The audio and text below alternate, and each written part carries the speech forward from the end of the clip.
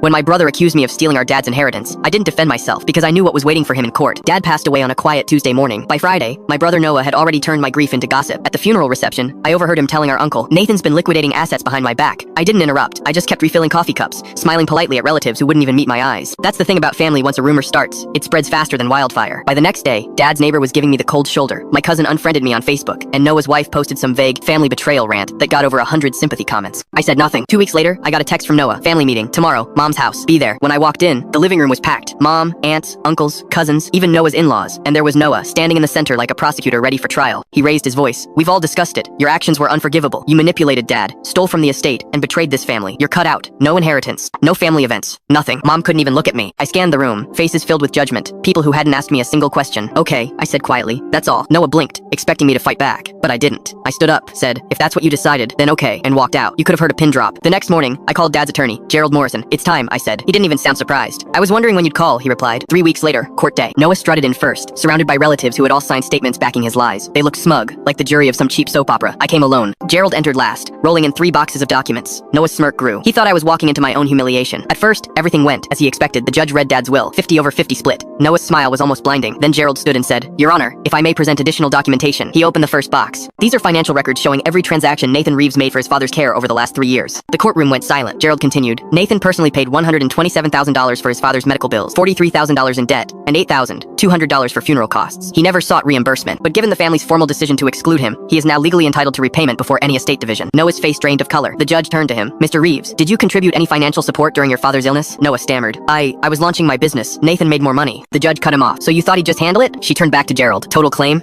$178,200 plus interest and legal fees, approximately $23,000. The math hit everyone instantly. After my reimbursement, that left just $27,000 to split. Noah's share? About $13,500. Outside the courtroom, Noah grabbed my arm, eyes wide. "You could have just told me," he whispered. I looked at him and said, "You could have just asked." He stared at the floor. "I didn't know." "Exactly," I said. "You didn't know and you didn't care to find out." Then I walked away, leaving him standing there in silence, finally realizing that in trying to cut me out, he'd only cut himself short.